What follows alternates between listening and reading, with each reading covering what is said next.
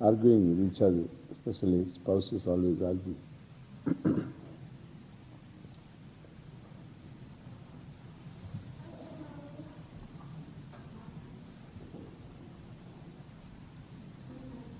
This is a very important topic. It's obvious an argument takes place when there are two perceptions. No two minds think the same way.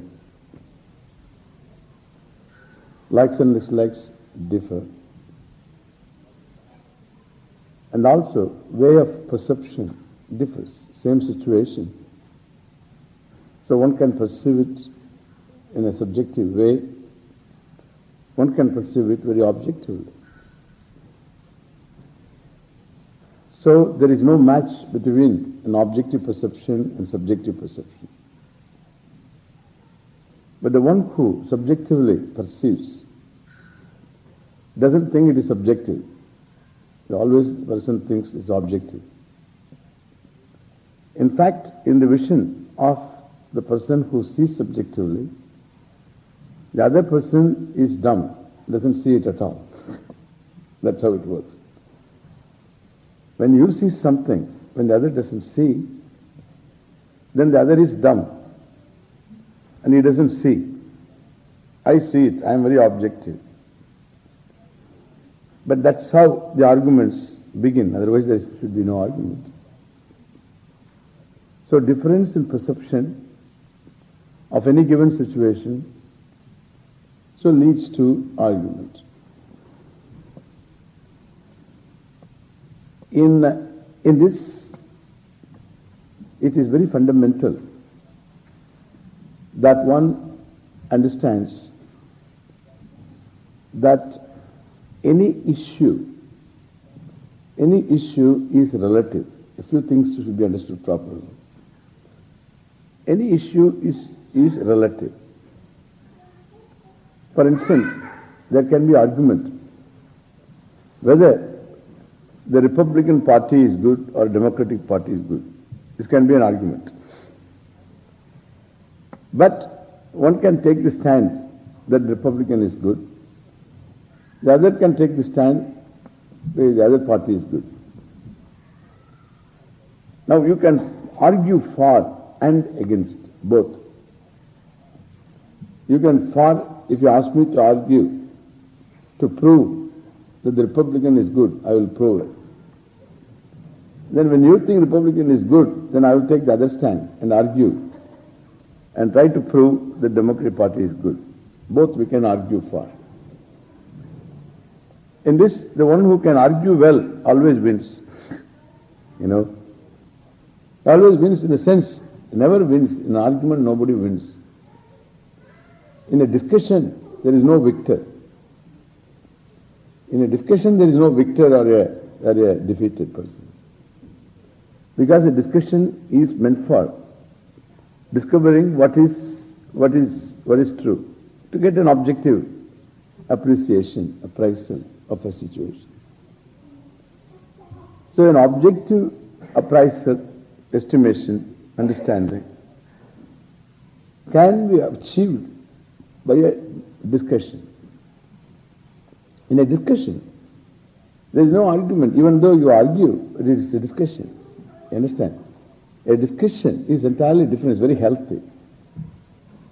A discussion is healthy in as much as it gives the other person can look at the situation a little differently. And therefore, your perception can be widened. You may not see a particular fact from all standpoints because of reasons. And the other person cannot see what you see, and therefore we get a complete picture, or at least a more or less a complete picture. That's why discussion is helpful. So while discussion is helpful, listen, a discussion is helpful. An argument, nobody wins. You see, in discussion there is no winner. There is only discovery, understanding. In an argument also there is no winner, because if you think that you have argued the other person out, so the other person always begins to think how to find new arguments to defeat you. And therefore, an argument is jalpa. It is what we call jalpa.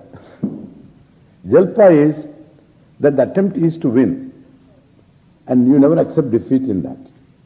That's argument. So when discussion is healthy, an argument is unhealthy. It only creates problems. So you may lose your temper, because the best way of winning an argument when you are in a tight corner is to get angry. You know, when you become defensive more and more than argument, and the best defense is offense. You know that. Called a preemptive strike. And so sometimes even before the argument begins, you strike, a preemptive strike. Because the best defense is offense. You strike before, you punch the fellow before he punches you. Because if he punches you first, then you may not be there at all to punch. Therefore you punch first. That is the best thing to do. The best defense is offense. And so one may adopt that. That's what happens all the time.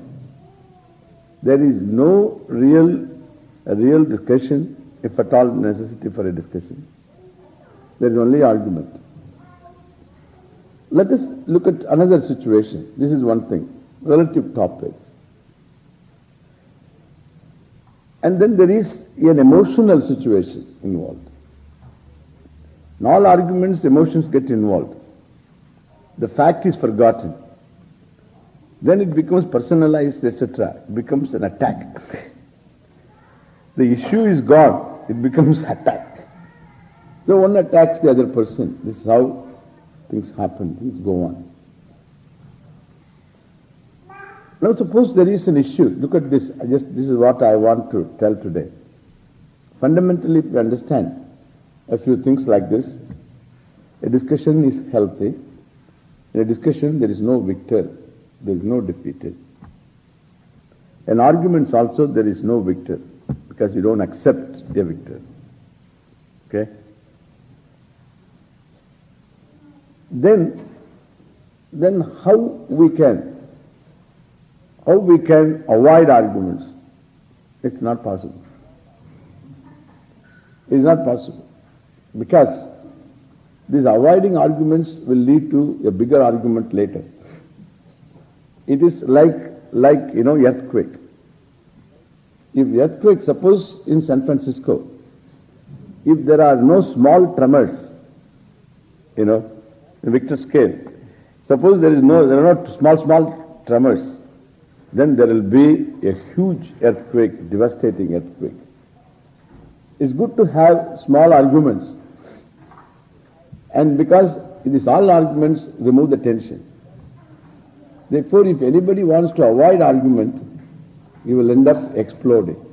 He or she will end up exploding. Because every time you have to argue, because you have decided that I won't argue. Then inside already you are arguing. And so it is pent up. It's all bottled up. So it doesn't take much time. A few times when you bottle this anger or frustration up with you, then you will find smoke coming out of your head sooner or later. So the explosion will take place. You become a volcano. And therefore, the explosion will take place on a very flimsy topic. You avoided on big topics argument. On a flimsy topic, salt is not there. That's enough. So this on a flimsy topic, salt is not there means you can just shake. That's why the bottles are there, So you can do that. So on a flimsy topic, you will find you disproportionately explode. It has nothing to do with the salt. It has something to it is a pile-up. So it is a pile-up thing that is what exactly makes you explode. Therefore, it is good to have small tremors than to have an earthquake. Understand? This is a simple principle. Therefore, avoiding arguments is just impossible. And even in Vedanta, we find there are a lot of arguments, a lot of discussions. These arguments are not for winning or losing. It is not to defeat somebody.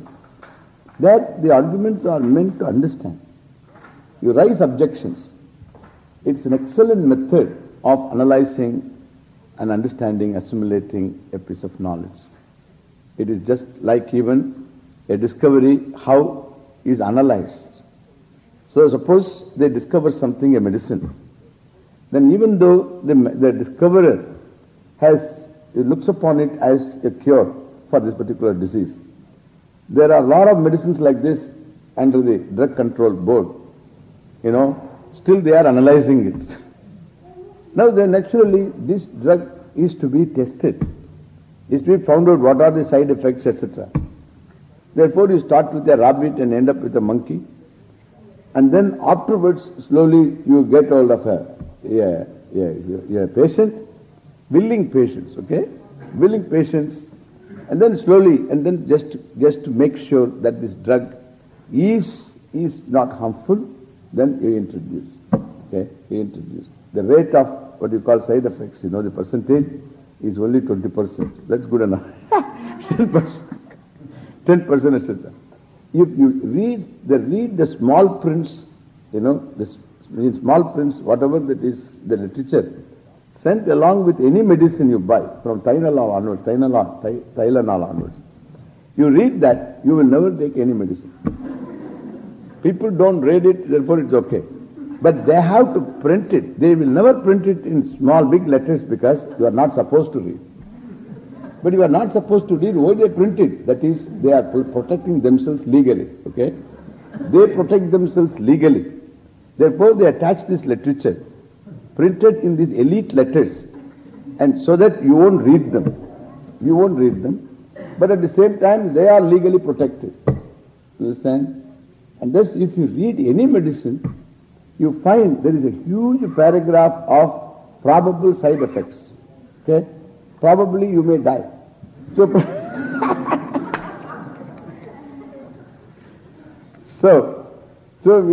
are instances when some fatal cases are reported, etc. They will tell all these they will tell. And then afterwards it is recommended for this and that, they will say. So this is an amazing thing. This you read the literature, I read this literature, just to find out. So how do they protect themselves? Very thorough. Very thorough. So what I say, like these medicines, this you have to test and find out whether it is assimilable or not, acceptable or not, whether it is good or not. So there is a process of assimilating the discovery. So the process of assimilation leads to analysis. So that is analysis. So that analysis means arguments, naturally. And therefore we have in our literature this Purva Paksha Siddhanta. Purva Paksha is objection, Siddhanta is conclusion. So the whole teaching is Purva Paksha Siddhanta. And thereby you make sure that all the objections, all possible questions are all answered. It is an endless process. That endless process means very thorough process. I won't say endless process. Very thorough process.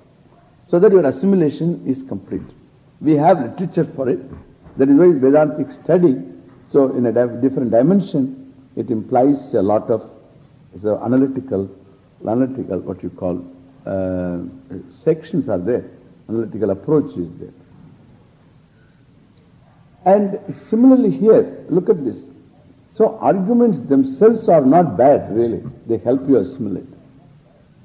But since one cannot avoid arguments because two perceptions are going to be there in everything. And two types of interest also. Because two types of interest. I want to buy this. Argument, this is how it begins. I want to buy this. The other person says no, they need not buy. What is wrong in buying? Well, it is too costly, why should we buy? But you bought the other day this thing. Look at this one. Now, the argument, the argument is whether should we buy or not. This one should we buy or not. That is not the argument. Now the question is, you bought the other day, I told you don't buy and you bought. Now I am going to buy. Look at this. And therefore, so you are already setting up yourself for a no winning situation. So the beginning point itself is very illegitimate. Understand? Therefore, whenever we see an argument perception, interests are different. Two interests are there. There it is better to just confine. These are some tips for argument, okay? You confine better to that very issue. Don't quote what had happened before. What he did or what she did. That doesn't work that way. Then it becomes personal afterwards. Then the issue is gone already. You did and you don't allow me to do. This is always your thing. This is how it goes. And not only it is your habit, it is your mother's habit also.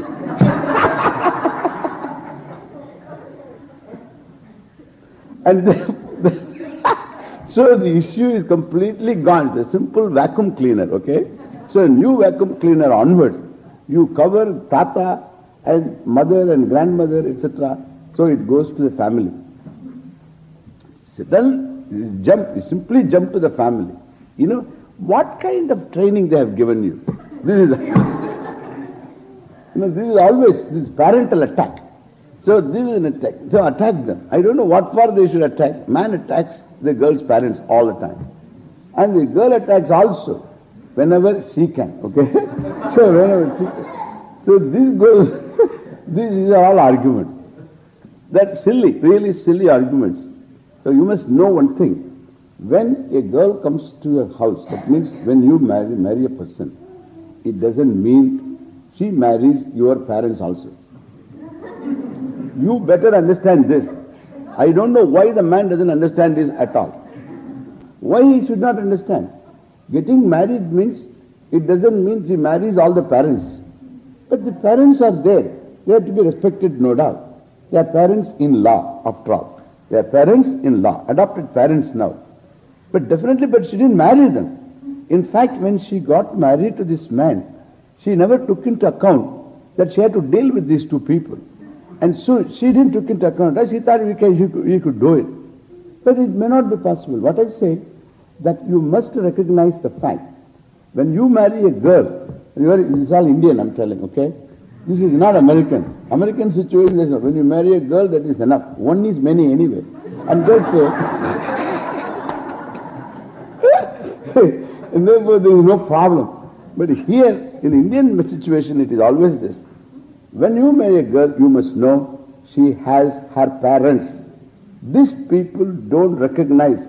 Indian men have got this eternal problem. And once a woman gets married to this man, he thinks that she belongs to him and she should have nothing to do with her parents.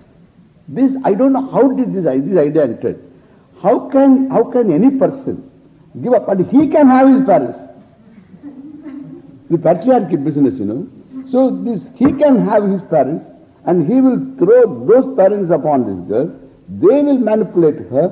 They will shout and he will say, you have to put up with this. Because I can't change them. They are old people, we can't change them. Which is true. Which is true. He cannot change them and that is true. He cannot change them. But he argues, that is very important, that boy's parents can be there and she has to deal with them.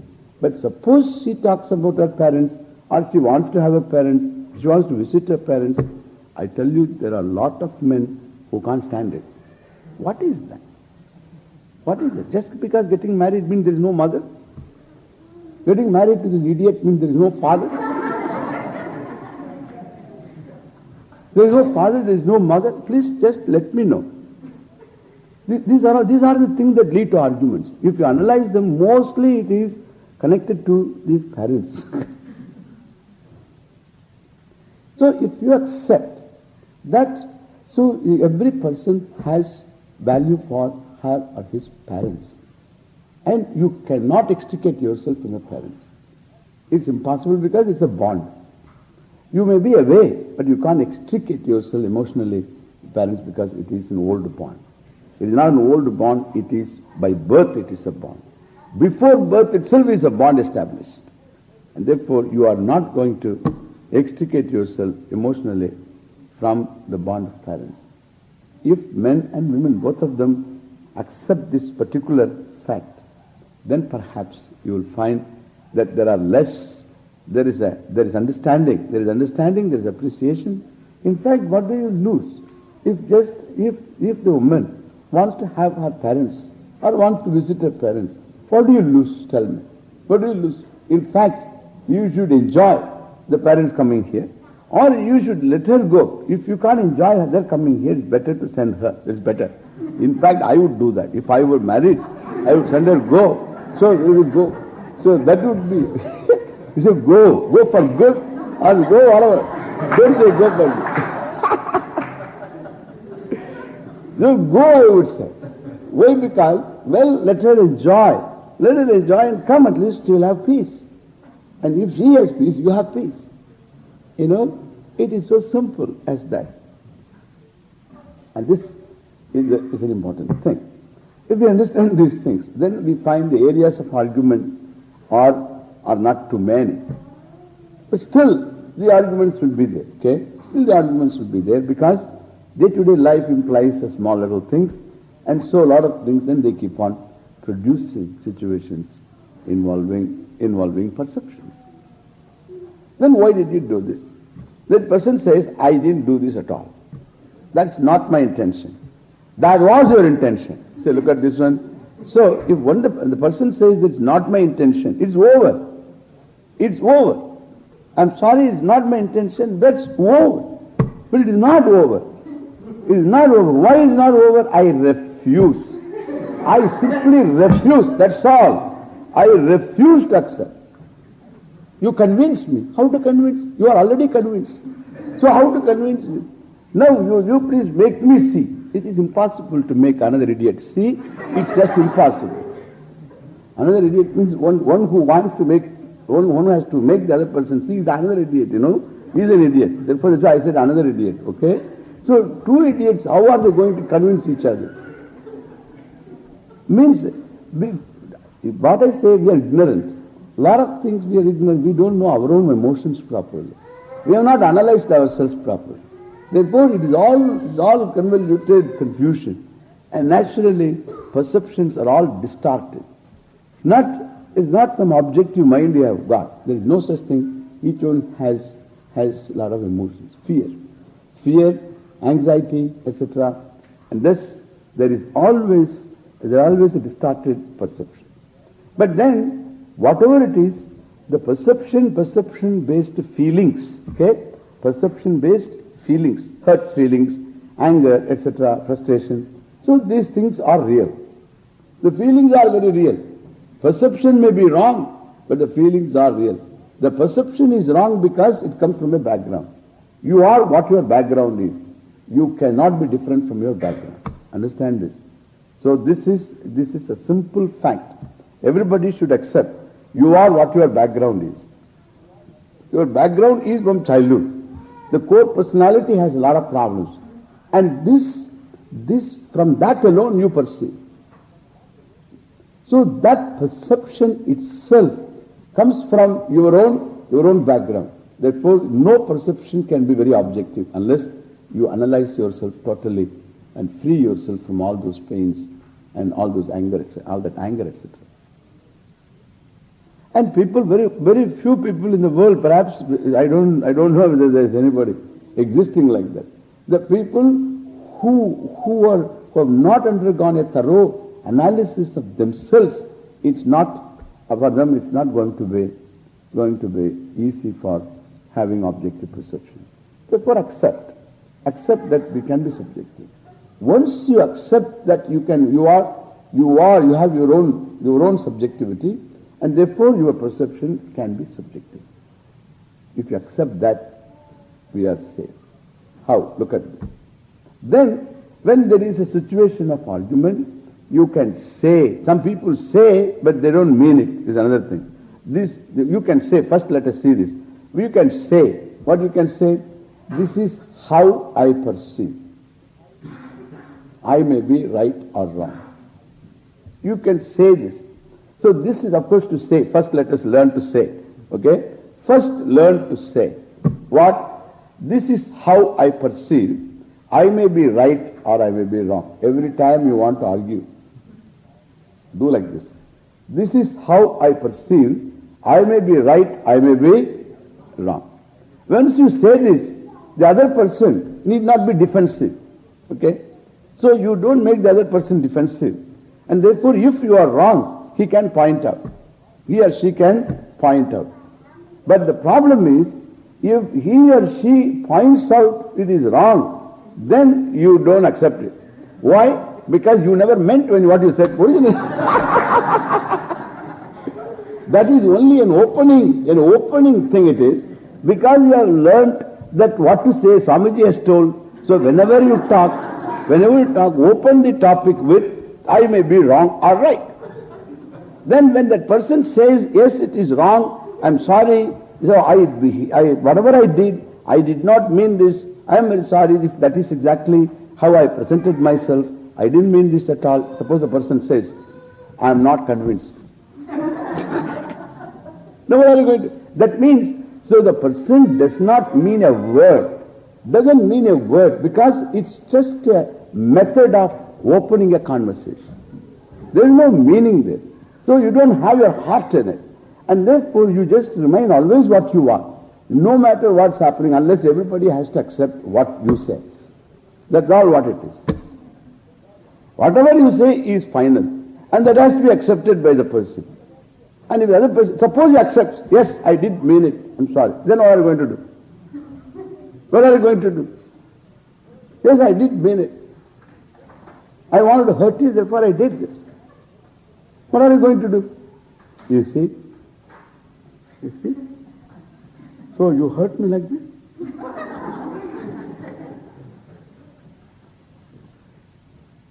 This is what we call this control. You want to control in 100 different ways people. You try this on your husband or wife because that person is the only available duck, you know. Therefore, it's available duck. Any available duck you attack. So this is available duck. And thus, because you already committed, you know, you can't get out of the clash, out of the clutches. Therefore, you can do whatever you want. Manipulation. Control. So, therefore, whatever it is, suppose you open the topic saying, I may be right, I may be wrong, closing the eyes and trying to mean it. You know, you have to mean those words. I don't think there will be any argument really.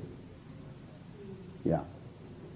You have to mean those words. I may be right, I may be wrong. And you mean them. Mean those words. And suppose you say, suppose he bluffs, let him bluff. Let him bluff, doesn't matter. Continue, you will see it works. Finally it works. You both begin to mean it. That's why I said mean it. If you mean it, it works. Understand?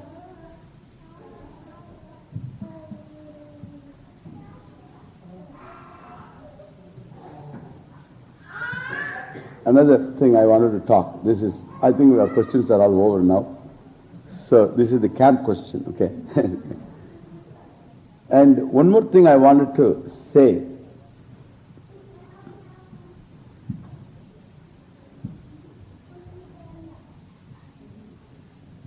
You know, nobody can say what exactly is going to be my next thought.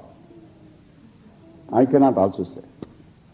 I cannot also, I'm not very big or something. But I have dealt with my mind and therefore I should be able to say. I cannot say this.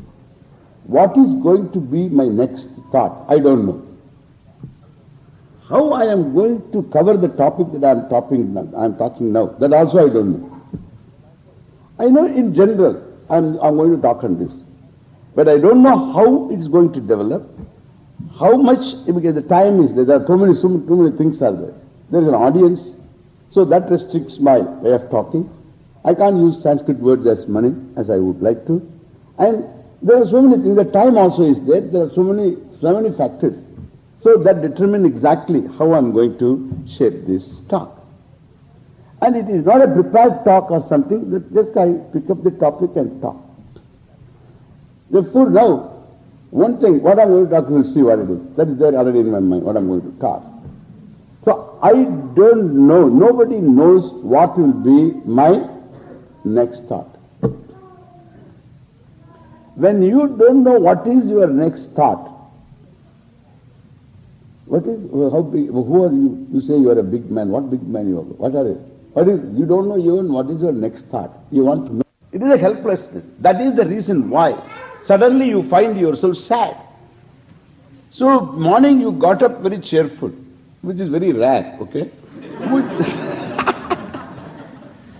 But then once having got up cheerfully, it's not that you are going to make the day cheerful, and suddenly you find yourself very sad. Why? It is not that sadness like clouds just suddenly gather and come, but in fact, sadness is something that you think yourself to a state. You think yourself. You have to think in certain way. And therefore, if you look at your anger, look at your sadness, look at your jealousies, look at all your problems that you cannot deal with, and neither you can deal with, others can deal with. And all these problems are purely by thinking. Without thinking, you can't be frustrated, you can't be desperate, you can't get into depression, you can't get into sadness, all this anger, etc. All these are purely your own thinking. If it is your own thinking, so do you have any control? Means, do you have your freedom? Do you enjoy your freedom to think yourself to be sad? Nobody wants to be sad. Unless you want to be sad, you cannot deliberately think yourself to be sad. But you become sad all right.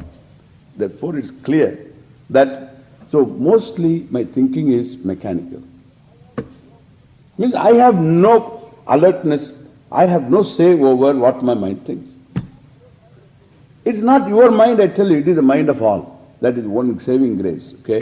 So it is the mind of all. That gives you some kind of a satisfaction, because you at least you know that I am not something, it's not, I am the only person who is. If you say this is my mind thinks like this, that means you are going to accuse yourself as a peculiar person who is defective.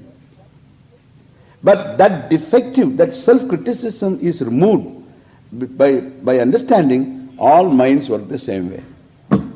Then it is a common fact. Then you have to deal with a common fact. It is not a personal fact, it is a common fact. Understand? It's a universal fact. Wherever there is a mind, human mind, it will be like this. And therefore, now you are all the time thinking is mechanical.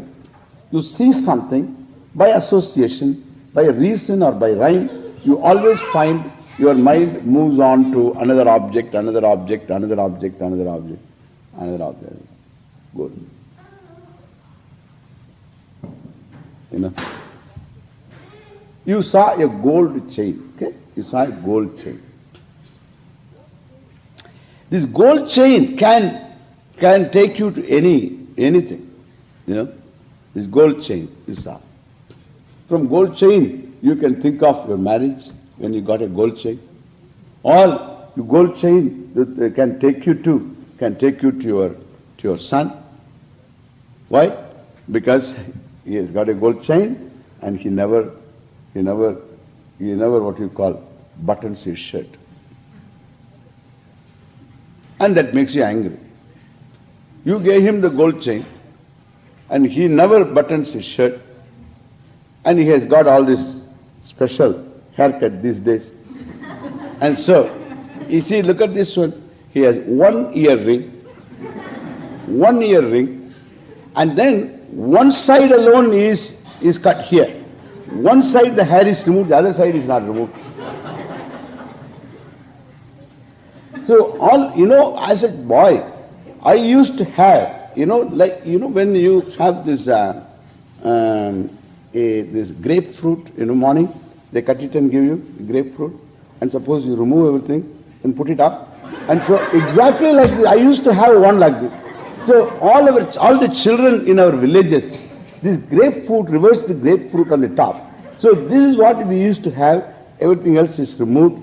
And we always felt, my mother used to say, that is the right thing. And this is called Appala Kuduvi. So this Appala, really. This I used to have this Appala Kuduvi. So then all my school in all the children, all other children, the boy, all of them have what they call crop in India. It's a haircut. You know, this general haircut is called crop. I don't know why it's called crop. You know. So, it's a crop. They used to have crop, this haircut. So a clean haircut, they used to have crop. And then I wanted to have crop. Because everybody else has crop.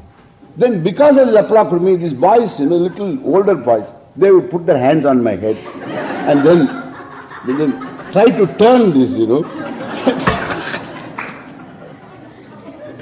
Then I had to pick up a quarrel with these fellows. Then I had to fight it out. It's not all the time, every day it attracted problems. So my mother, crop according to her is foreign and it is not good and it is something that is not against our tradition. Don't have crop. This is the best thing. So I used to feel ancient, okay? So I am an ancient person. Now also I feel ancient. But happily. Previously not happily, So sadly, I used to feel ancient. And naturally, so I had a big quarrel with my mother. Every day I used to argue with my mother, and mother won't budge an inch. And we cannot simply go out and then do and come home. Finish. Our head will go.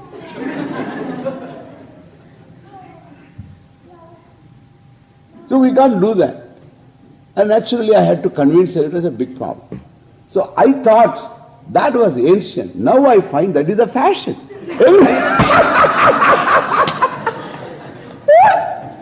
Really? So what I wanted to give up 50, 60 years, 50 years ago or 55 years ago, now I find it is a fashion. So it's all removed only here. It's a very, very common now. It started off from where? The whole process of thinking. Where did it start? Gold chain. You get angry. The gold chain, unbuttoned shirt, one side removed, or this the inverted grapefruit, and one earring, and jeans where there are more holes than the cloth. And so this, you see that guy, the mother, whenever she curses her marriage, she curses everything. She curses everything. I think, if she is an Indian, she always thinks that I think the marriage lagnam was bad. The muhurta was not the time chosen for marriage was the wrong time. That's why this fellow is born.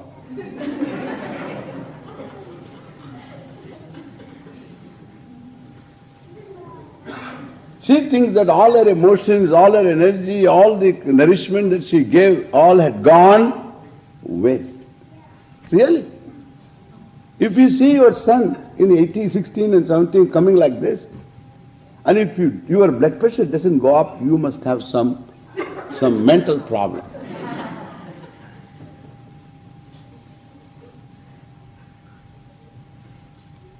And so when this is the situation, look, when this is the situation, so how you are going to deal with your mind, how you are going to deal with your mind? Mind goes like this all the time. You don't know when it is right, when it is wrong. You have no chance. You have no chance. Because everything is okay. The whole day thinking goes on like this. Everything is okay. You see something, you think, it triggers on. And so it keeps on moving, whole day musing. And you go to sleep and then again After half an hour sleep, again you wake up to dream. Again music. So it's endless. Or neither you sleep nor you dream in between music. That is another problem. So like this you find yourself the whole day, the mind getting busy. Only occasionally, when you count money or something, your mind is there. So except that, except those rare occasions, so the mind is going like this. Therefore, our rishis always thought that we should have a save over our mind. Therefore they said, suppose you set yourself for an occupation which is a well-set occupation and it is repetitive. Like suppose you want to do mentally a japa. This is called japa. Japa means what? Repetition. Repeating not simply some meaningless sound. You know, this meaningless sound meditation is there. They say specially chosen for you, but it has no meaning. You know, this is did you hear that? So specially chosen for you, out of 14 these sounds, specially chosen one for you, it has no sound, it has no meaning. What is this? Specially chosen for you, but no meaning. I don't believe in that. Because specially chosen for you without meaning means how it's going to work. They say it works. Look at this. This is a nice story. One fellow, he was sitting like this. He's an American guy, married. The past 4 years he's married, and then he's sitting there, and suddenly one day he was closing his eyes and doing something. And then his wife is a very pragmatic woman, and she saw him sitting like this, and then, hey, what's that? Then this fellow says, oh, that's meditation. What's that meditation for? Well, it's just to get myself free from stress. What stress you have got? I have all the stress. You don't cook, you don't do the dishes. I have to do all this. What stress you have got? Oh, you don't know, I've got my own stress. What is this meditation? Oh, this is chanting a sacred mantra. What is this mantra? Oh, it is a mantra, you know, it's an Indian thing. Did you pay? Yeah, yes, I paid. How much did you pay? $100 I paid. You paid $100? What is that mantra? I would like to know, what is that mantra? It is a meaningless sound. Meaningless sound? Yes, meaningless sound specially chosen for me. A meaningless sound specially chosen for you? I say, in a meaningless sound, where is special choice, I would like to know. Where is the special choice? And he said, well, you don't know, it's especially chosen for me. And then I will give you for $10, 100 sounds. Do you want? Join, don't, ra, dru, ba. So you take, come on. So how many sounds you want? You give me $10, that's good enough. No, you don't know, this is a special thing. Then she asked, what is that sound? What is that sound, especially that mantra? What is that mantra?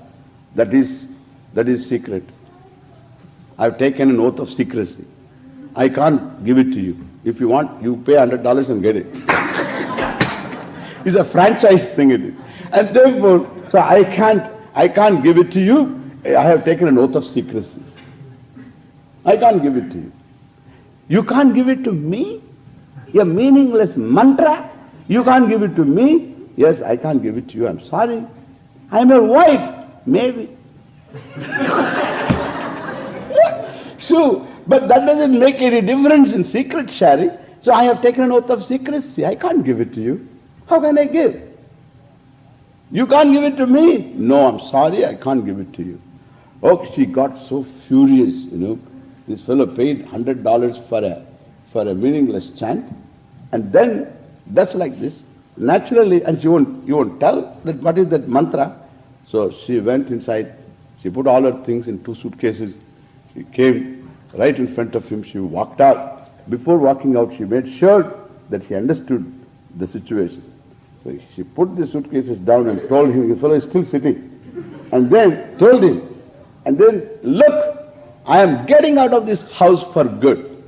Now you let me see your mantra. Your meaningless mantra is going to cook for you, is going to do dishes for you, He is going to vacuum the house, etc. Let me see. I'm getting out. She got out. And this fellow opened his eyes fully and he said, my God, this mantra works.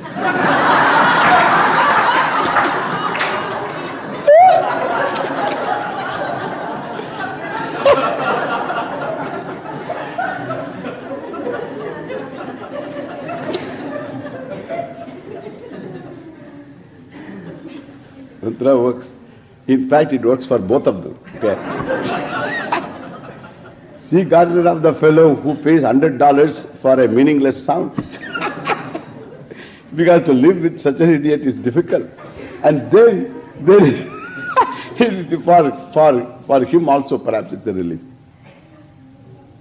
But I say, it's not a meaningless sound. I told this because there are a lot of people who repeat these meaningless sounds. Therefore I am telling some whine, etc. Therefore, it should be meaningful chant. Suppose you say Om Namah Shivaya. So unto the Lord, whom I invoke as Shiva, who is all purity, who is all Ananda, who is all happiness, so who is all perfect, and unto that Lord, who is all Ananda, all fullness, I do Namaskar, I salute. It's a chant. It's a prayer also. Therefore it's a prayer. Om Namah Shivaya. This is the thought. And I'm going to chant this. What is the next chant? What is going to be the next thought? Eh? Om Namah Shivaya. What is going to be the next thought? Om Namah Shivaya. What is going to be the next thought? At least for a length of time. What is going to be the next thought? Om Namah Shivaya. Suppose Om Namah Shivaya doesn't come. From Om Namah Shivaya the mind moves away. It can move. Om Namah Shivaya. Shiv. Where is Shiv? I didn't see Shiv at all today. What happened to Shiv? Oh, I think his wife is not well. I think that's what it is. He was telling me, oh, I think I should call him now. You should call him. It is all in meditation, okay? This fellow, what happens is, now at least you know. I don't say the mind will not move away, but at least you know. What you know? That you are going to chant Om Namah Shivaya. You know. So once you know what you are going to think next, you can understand what is a distraction. Understand this? You know what is a distraction. If you don't know what you are going to think next, you will never know there is no distraction at all. Everything is attraction. So there is no distraction. So you have no basis of even understanding what is distraction unless you have something really predictable to do. And therefore, you set yourself up for distraction really. Therefore, don't tell me, Swamiji, when I do japa there is distraction. It is meant for it. So when there is distraction, you can bring it back. Yato nischarati tatastato niyamaitate atmanyeva vasham nayet. So yasmat hetoho, so karanat nischarati manaha nirgacchati. So dhyaya vishayat nirgacchati. So because of which object the mind moves away, means holding on to which object the mind moves away from what you are doing, bring it back. Tatastataha yetat manaha niyamya atmanyeva vasham nayet. Just keep it in your control. So whenever it moves away. Therefore this mental japa, I talked to you about the relaxation. Then in a relaxed mind, have a chant, okay? Have a chant. So this Om Namah Shivaya, whatever chant, if you have already a chant, it is very good. If you don't have a chant, you can simply have one. Om Namo Narayanaya, Om Namah Shivaya. Even simply you can say Rama Rama Rama Ram, Rama Rama Rama Ram. This is good enough. Or Sri Ram Jai Ram Jai Jai Ram. Any mantra is okay. But then, so you have a mantra given to you by someone, that's fine. Otherwise you can take one, Om Namah Shivaya is fine. Chanting. That gives you a hold over the whole thing. So with these words, I think we can wind up the camp now. So we will have Aarti right now. Then afterwards we'll have the function. Okay? Sure.